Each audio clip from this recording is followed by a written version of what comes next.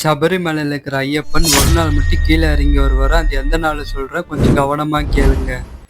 பெரிய புராணங்கள்ல ஒரு கதை இருக்கு. அதுல ஒரு நாள் குறிப்பிட்டிருக்குங்க. அந்த நாள் வருஷ வருஷம் ஐயப்பன் சபரிமலையில இருந்து கீழே இறங்கி வருவாராம். உங்கள்ல பல பேர்த்துக்கு மகர ஜோதியை பத்தி தெரியும்.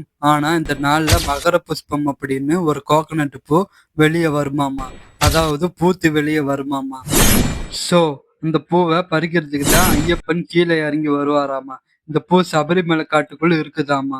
இந்த பூவை இது வரைக்குமே யாருமே பார்த்தது கூட கிடையாதாமா.